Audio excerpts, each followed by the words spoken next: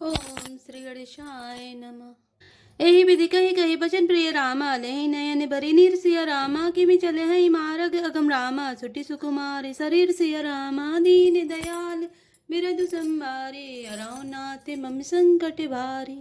अर्थात इस प्रकार प्रिय वचन कह कहकर सब नेत्रों में प्रेम अश्रुओं का जल भर देते हैं और कहते हैं कि ये अत्यंत सुकुमार शरीर वाले दुर्गम कठिन मार्ग में कैसे चलेंगे। नारी स्नेह बिकल बस होई जगै सांझ समय जन सोई मृदु पद कमल कठिन मगु जानी गए बरी हृदय कहीं बर बानी। अर्थात स्त्रियां स्नेहवश विकल हो जाती हैं, मानो संध्या के समय चकवी भावी वियोग की पीड़ा से सोह रही हो, दुखी हो रही हो। इनके चरण कमलों को कोमल तथा मार्ग को कठोर जानकर वे व्यथित हृदय से उत्तम वाणी कहती हैं। पर सत्य मृदुल चरण अरुणारे सकुचति महि जिमि हृदय हमारे जो जगती से नहीं बनु दीना कसन सुमन मय रघु कीना। अर्थात इनके कोमल और लाल लाल चरणों तलवों को छूते ही पृथ्वी वैसे ही सुखचा जाती है जैसे हमारे हृदय सुखचा रहे हैं। जगदीश्वर ने यदि इन्हें बनवास ही दिया तो सारे रास्ते को पुष्पमय क्यों नहीं बना दिया। जो मांगा पाए विधि पाई ए रखिया सखिया खिन माही जे नर नारी नवसर आए तिन सिय राम न देखन पाए। अर्थात यदि ब्रह्मा से मांगे मिले तो हे सखी हम तो उनसे मांगकर इन्हें अपनी आंखों में ही रखें। जो स्त्री पुरुष इस अवसर पर नहीं आए वे श्री सीताराम जी को नहीं देख सके। सुनि स्वरूप बूझई कुलाए अब लगी गए कहाँ लगी भाई समरथ धाई बिलो कहीं जाए प्रमुदित फिर जन्म फलु पाई। अर्थात उनके सौंदर्य को सुनकर वे व्याकुल होकर पूछते हैं कि भाई अब तक वे कहाँ तक गए होंगे, और जो समर्थ हैं वे दौड़ते हुए जाकर उनके दर्शन कर लेते हैं और जन्म का परम फल पाकर विशेष आनंदित होकर लौटते हैं। अब लाबा लक व्रत जन रामा करमी जही पछताई सिय रामा होई प्रेम बस लोग इमि रामा राम जहाँ जह जाहि सिय रामा दीन दयाल विरद संबारे हरौ नाथ मम संकट भारी। अर्थात गर्भवती प्रसूता आदि अबला स्त्रियां बच्चे और बूढ़े दर्शन न पाने से हाथ मलते और पछताते हैं। इस प्रकार जहाँ जहाँ श्री रामचंद्र जी जाते हैं वहाँ वहाँ लोग प्रेम के वश में हो जाते हैं। गाँव गाँव अस होई आनंदो देखी भानुकुल के रव चंदू जे कछु समाचार सुनी पावई तेने पिरा नहीं दोष लगावई। अर्थात सूर्यकुल रूपी कुमुदनी के प्रफुल्लित करने वाले चंद्रमा स्वरूप श्री रामचंद्र जी के दर्शन कर गांव गांव में ऐसे ही आनंद हो रहा है। जो लोग वनवास दिए जाने का कुछ भी समाचार सुन पाते हैं वे राजा रानी दशरथ कैकई को दोष लगाते हैं। काई एक अति भल नर नाहो दीन हमें जो लोचन लाहो काई परस्पर लोग लुगाई बातें सरल स्नेह सुहाई।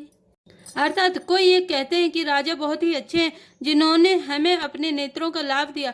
स्त्री पुरुष सभी आपस में सीधी स्नेह भरी सुंदर बातें कर रहे हैं।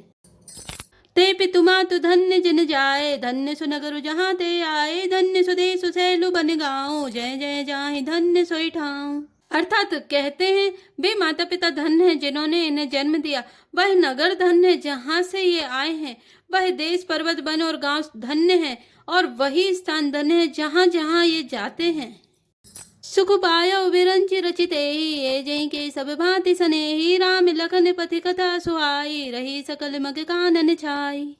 अर्थात ब्रह्मा ने उसी को रचकर सुख पाया है जिसके ये श्री रामचंद्र जी सब प्रकार से स्नेही हैं। पथिक रूप श्री राम लक्ष्मण की सुंदर कथा सारे रास्ते और जंगल में छा गई है। ए विधि रघुकुल कमल रवि रामा मगलो गन सुख देत सिया रामा जाहि चले देखत विपिन रामा सिय सौमित्री समेत सिया रामा दीन दयाल विरधु संभारे हरौ नाथ मम संकट भारे। अर्थात रघुकुल रूपी कमल के खिलाने वाले सूर्य श्री रामचंद्र जी इस प्रकार मार्ग के लोगों को सुख देते हुए सीता जी और लक्ष्मण जी सहित वन को देखते हुए चले जा रहे हैं।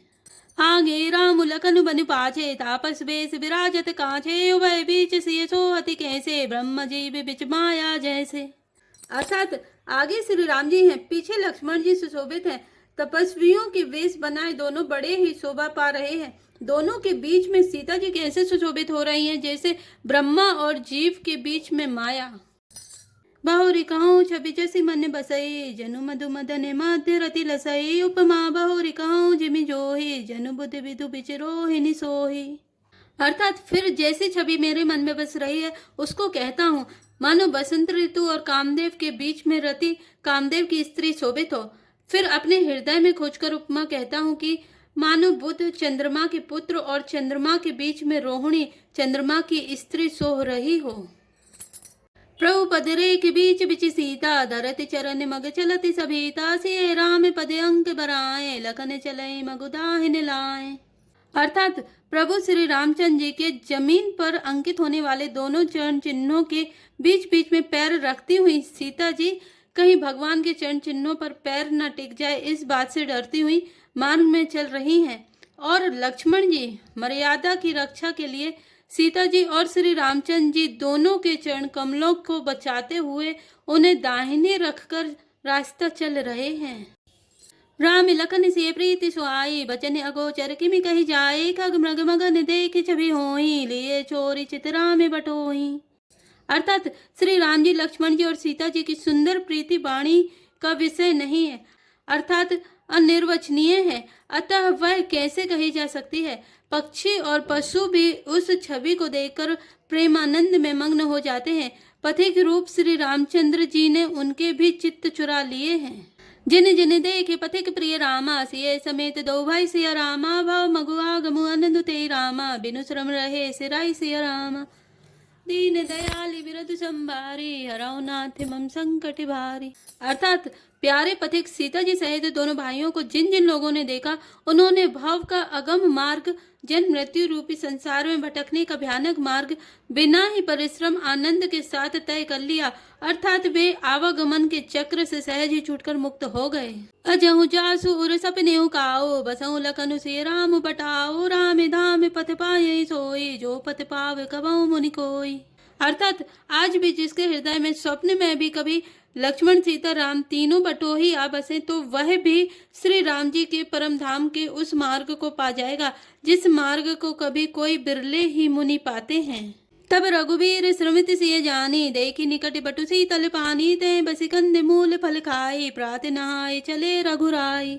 अर्थात तब श्री रामचंद्र जी सीता जी को थकी हुई जानकर और समीप ही एक बड़ का वृक्ष और ठंडा पानी देखकर उस दिन वहीं ठहर गए।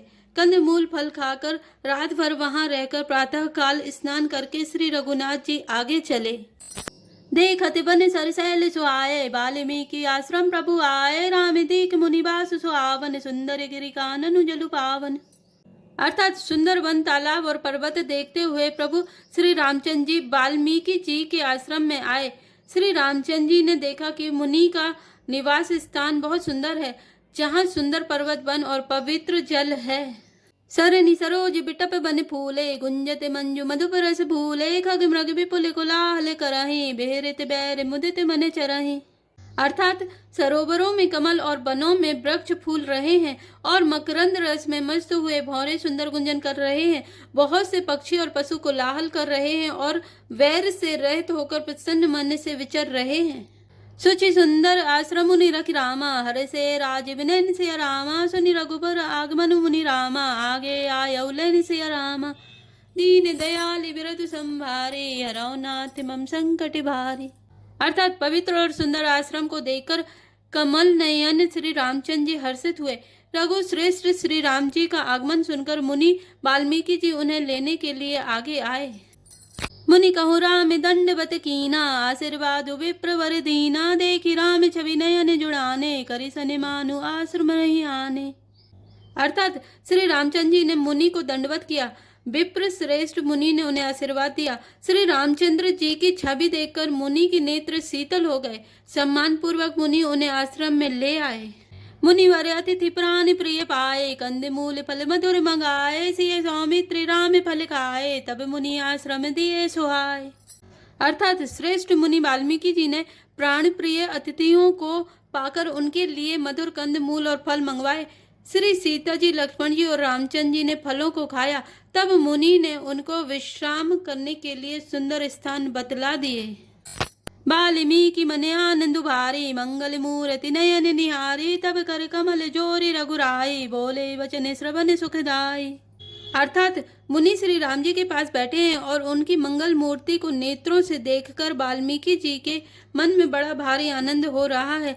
तब श्री रघुनाथ जी कमल सदृश हाथों को जोड़कर कानों को सुख देने वाले मधुर वचन बोले।